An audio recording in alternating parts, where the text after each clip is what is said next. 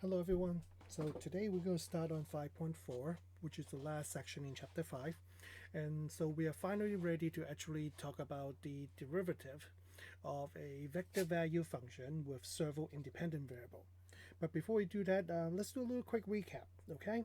So our journey of talking about derivatives actually start from BC calculus. So in BC calculus, we learn about function f that map from R to R. And this type of function will probably look like something like this: y of f, y equal to f of x, which is an explicit function.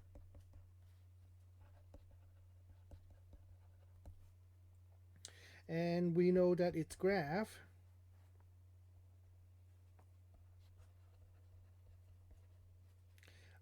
is a curve in R2. And we define its derivative to be f prime, which is also mapped from R to R. And its derivative is f prime of x, and it represents usually slope of the tangent,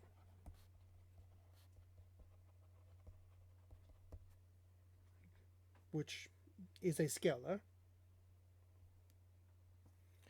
And in 4.1 is where we learn a second type of derivative, and that would deal with function that map from R to Rm. And this type of function will most likely be f vector x equal to f of t. And this is a parametric representation. Oops.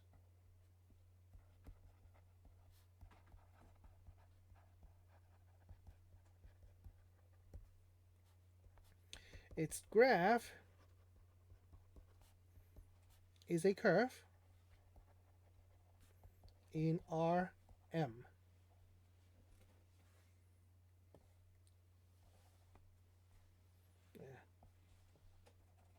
There you go, in Rm. What is the derivative of this function? Well, the derivative of this function maps from R to Rm also. And this function f prime of t usually represent the velocity vector. Actually, you know what? To keep in the spirit of what we had before, I'm going to refer to it as the standard tangent vector. And obviously this is a vector instead. So the latest derivative that we have learned is in 5.2, 2 sections ago. In 5.2, we deal with function that map from Rn to R. And this function will look like y equal to f of vector x.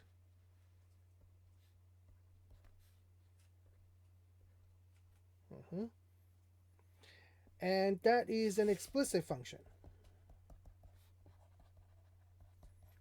because remember I have one single output. That's usually indicating explicit function.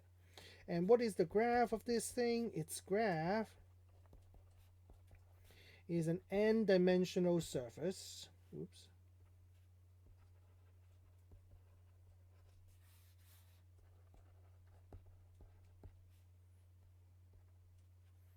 In R n plus 1. And what's the derivative of this thing? Well, derivative is called gradient of f. That map from Rn to Rn. Okay, and this gradient of f of vector x represent what we call gradient vector. And yes, once again, we don't know what gradient is yet. I mean, we just know it's kind of like the derivative. But why is it called differently? Why is it has a special name called gradient? And what does it do? We have no idea so far. But that will be explored in chapter 6. So those are the derivative we have found so far. We have 3. Okay, which deal with real value function, single variable, that's in BC calculus, to single variable but vector value function, that's in 4.1. And in 5.2, we deal with real value function, several variables. So now we're ready to talk about the last type of function that we want to know. And that will be now in 5.4. We're going to now talk about function f that map from Rn to Rm. So what is this type of function? Well, usually this type of function would probably be represented this way.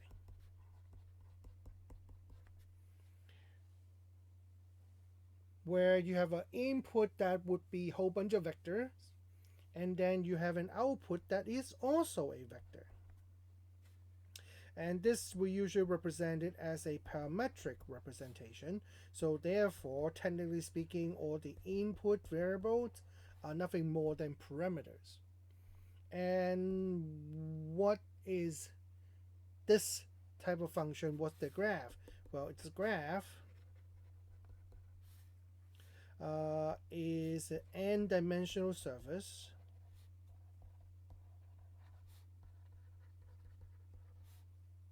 in Rm. And of course, remember this interpretation, we are working on the assumption that n is less than m. Okay? So now comes the big question. What would be the derivative of this type of function going to be? So let's try to examine this. Okay, so let's try to focus on this type of function. So this type of function would tend to look something like this. It will have f of x1, x2, dot, dot, dot to xn equal to some kind of f1 of vector x, which is x1, x2, dot, dot, dot, xn. But that's a lot of writing, so I'm going to just write vector x. F sub 2 of vector x, dot, dot, dot to f sub n of vector x. Now notice that I mentioned to you guys before, notice that when I write the independent variables, I try to write them horizontally. So x1, x2 to xn, I write them one after the other from left to right. But then when I write the output, which are the dependent variable, technically speaking, or the coordinate function, I write them vertically up to down. So this basically equal to y1, y2, dot, dot, dot to yn. Is there functional difference between f sub n and versus yn? There's slight difference between them, but it's not that big of a difference, but there is a difference. So what's the difference between them? F1, F2 to Fn are usually referred to as the function, so therefore more or less refer to the formula. Okay, while y1, y2 to yn are usually referred to as the output, the dependent variable. So basically what the answer is supposed to be. So one is the formula and one is like what the outcome. So if I look at this right here, I can see that this function f is actually made of a whole bunch of coordinate function f sub 1, f sub 2, and on. So if I think about it, for the kth coordinate function,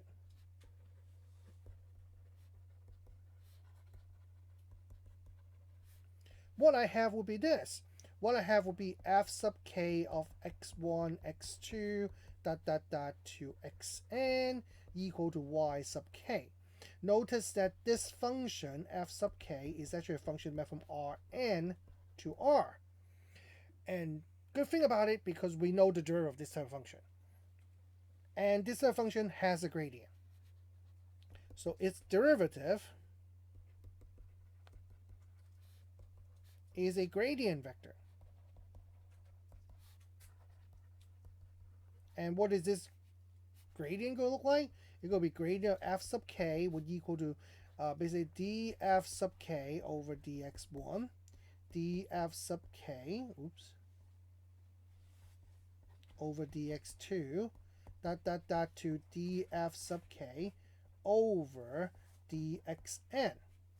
And that's one of the coordinate function and its derivative.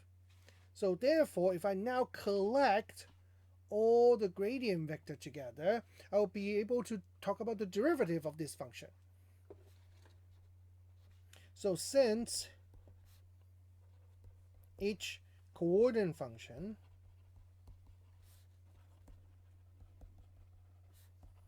has its own gradient, not vector,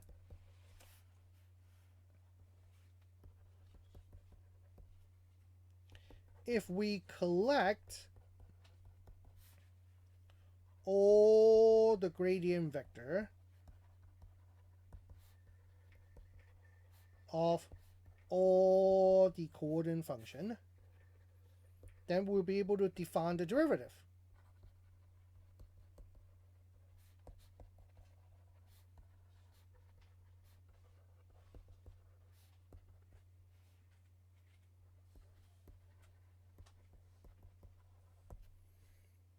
So that's the basic idea of how we're going to define the derivative of a vector value several variable function. It's basically just like how we did it in 4.1, where we just basically take the derivative of each of its individual coordinate function and try to put them together to form what we call the derivative. So here comes the definition.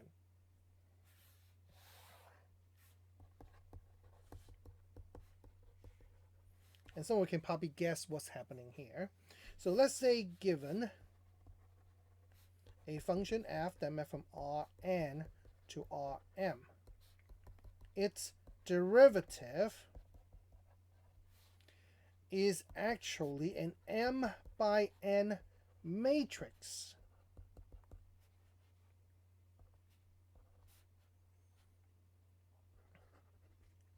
Given by the following formula.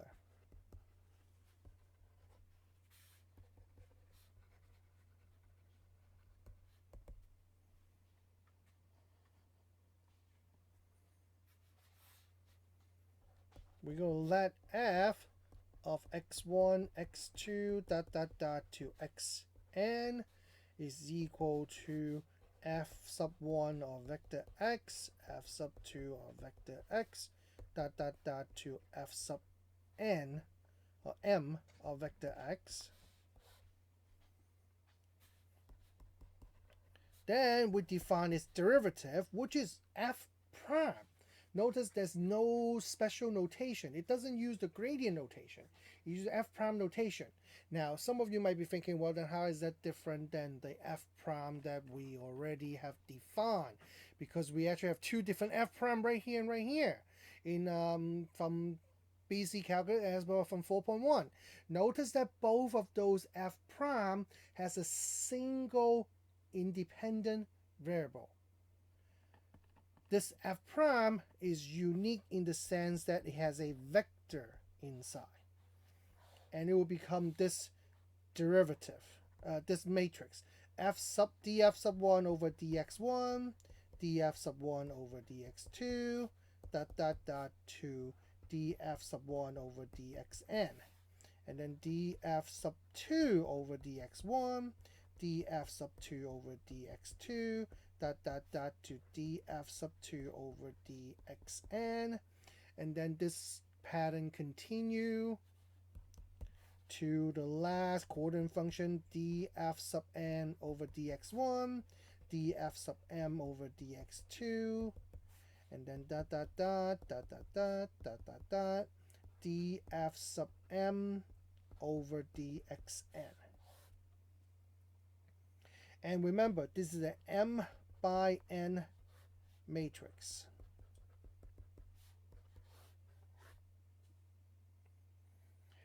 Now, several things that are important about this matrix, and I will probably point it out in a little bit, but I do want to say the following. Notice the way to generate a matrix. If you look at the horizontally from left to right, the top number always the same. See f sub 1, f sub 1, f sub 1, and then f sub 2, f sub 2, f sub 2, and on. If you go horizontally, if you go vertically, notice the bottom subscript is the same. So it's always x1 in the first column, and then it's always x2 on the second column, and on.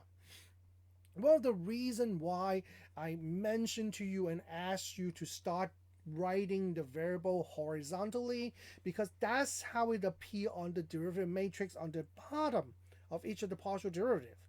The x, the independent variable, is horizontally arranged from x sub 1 to x sub n.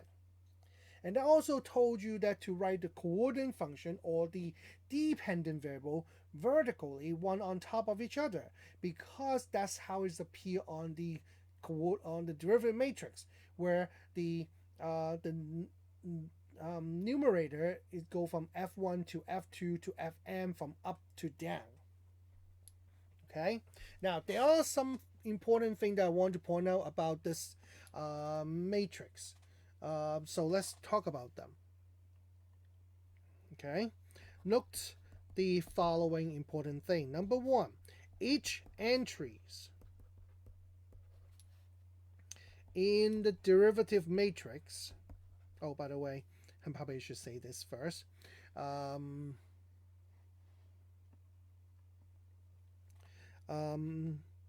This is called a derivative matrix.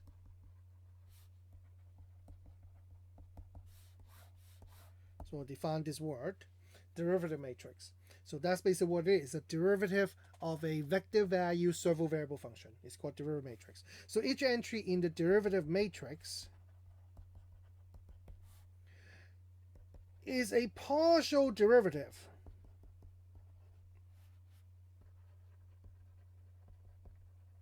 between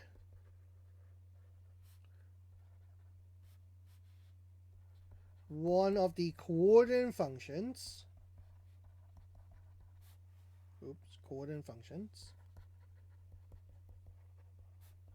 with one of the independent variable.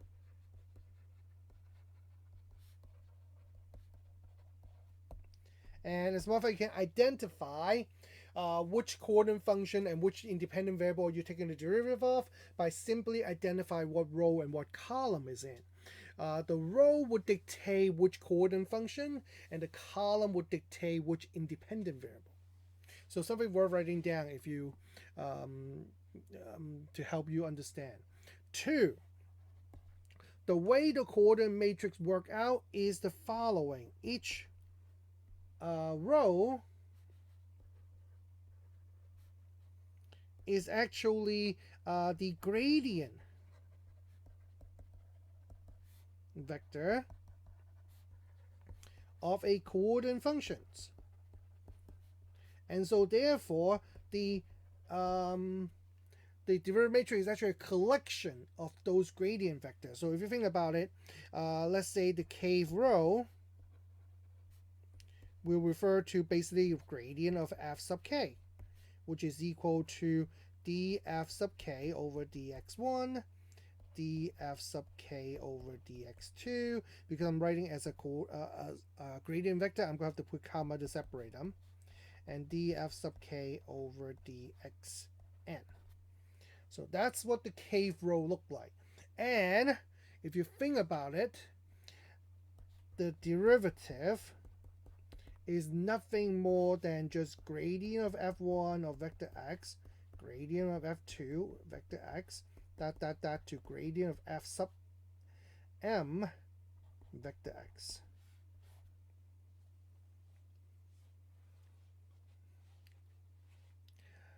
So that's what each row is. Now, that's kind of obvious because that's how we kind of talk about how to form the derivative matrix. But what you might not also realize is the following: is each column is also special. Each column is basically the velocity vector, or actually maybe I should use standard tangent vector, is the standard tangent vector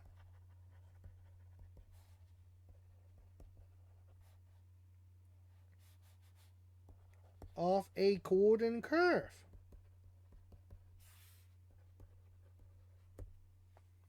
So therefore, the kth column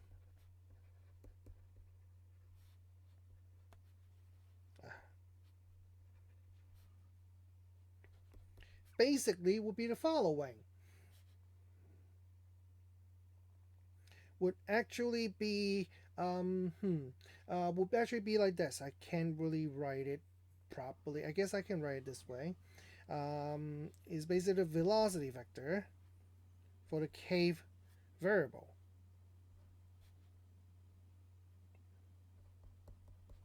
And that would equal to this.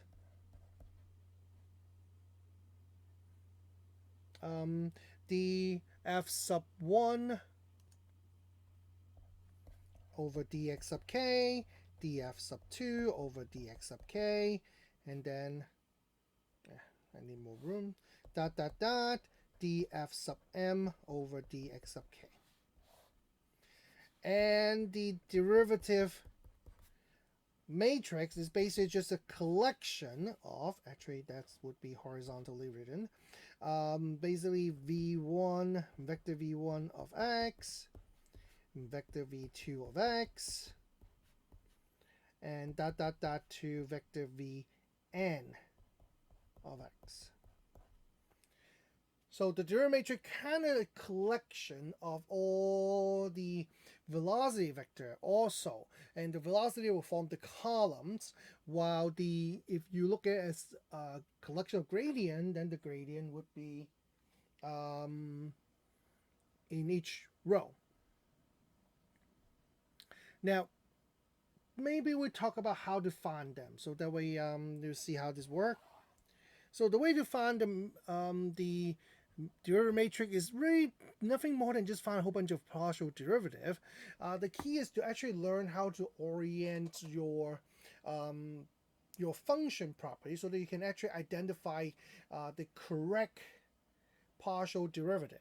So let's try this, okay? So let's try a basic function first. Let's say we have this function. I'm going to go and say let f of u be equal to, let's say, u squared plus 7uv plus v to the third, and then u squared v plus uv to the third, and that's equal to the variable x and y. I'm going to ask you to find the derivative of uv, f prime of uv. So the first thing you probably want to get used to is understand the following. In this case, our function f met from R2 to R2. Okay, so therefore this is not a really primary surface, because it's will be a two-dimensional surface in two-dimensional solid in R2. So this actually have a different type of name for this kind of function, but we will talk more about it probably in 6.5, I think. But doesn't change the fact that we can still find the derivative. So how do I find the derivative? So in this case, notice that this would tell me that f prime is a 2 by 2 matrix. That means this matrix has two rows, 2 columns, and therefore there are 4 entries inside, meaning we have to find 4 partial derivative. So how do we actually go through the problem? So maybe think about it this way. So in this case, our f prime is a 2 by 2 matrix. Okay, so here will be a first row, a first column, second column, first row, second row. And so therefore we'll generate the following. Remember, the row define the top. So that will be df1, df1. The column define the bottom subscript over dx1 over dx2. This is df2, df2, and then over dx1, dx2. So those are the 4 partial derivatives that we need to find out. Oh, actually in this case, I'm actually going to say not x1, x2, because our 2 variables are u and v.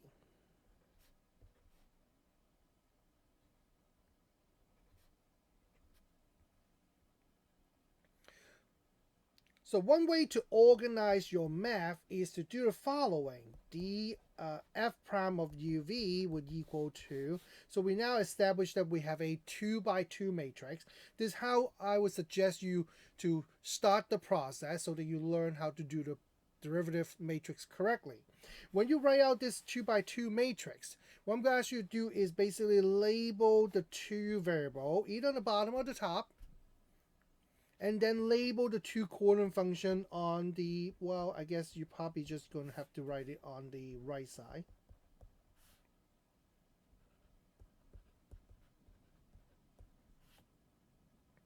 And therefore, it's kind of naturally separate our matrix into these 4 spots. And so now it should be pretty clear visually what you need to do. If you want to put something in this spot on the top right, top left, what you go do is basically take the top function and differentiate with the variable on the left. So therefore, you're basically taking u squared plus 7uv plus v to the third, differentiate with u, and that gives you the derivative right here, which is 2u plus 7v. The spot next to it is on the column with v, and on the row with u squared plus 7uv plus v to the third. So therefore, what I'm going to do is simply differentiate u squared plus 7uv plus v to the third with v. So therefore, that becomes 7u plus 3v squared. Same thing on the bottom. This is on the column with u, and then is on the row with u squared v plus u v to the third. So I'm going to take the derivative of that. That becomes 2uv plus v to the third. And then the final partial derivative would be u squared v plus uv to the third, differential with v. So therefore, that would be u squared plus 3uv squared. And that become my derivative matrix. Now, I'll show you another example, one more example, just to illustrate. How about we do this one? We're going to let f of uv equal to cosine u sine v, sine u sine v, and then cosine v. I'm going to ask you to find f prime of uv. So we can pretty much do the same thing. F prime of uv, in this case, if you think about it, the function f met from R2 to R3. There's 2 independent variables, 3 dependent variables. In this case, you can think of the dependent variable as x, y, and z. And so therefore, my derivative matrix is actually going to be a 3 by 2 matrix. 3 by 2 matrix. I'm going to go and put u, v on the bottom, and we'll put the coordinate function on the side.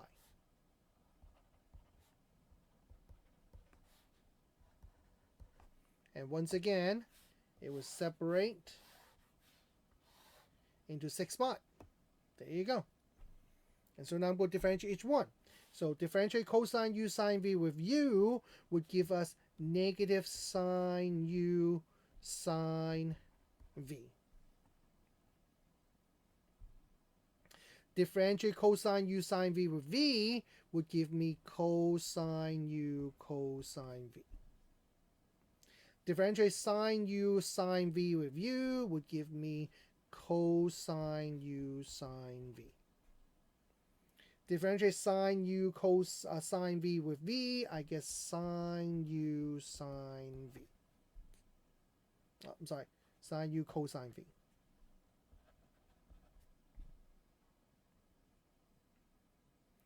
Differentiate cosine v with u, you get 0.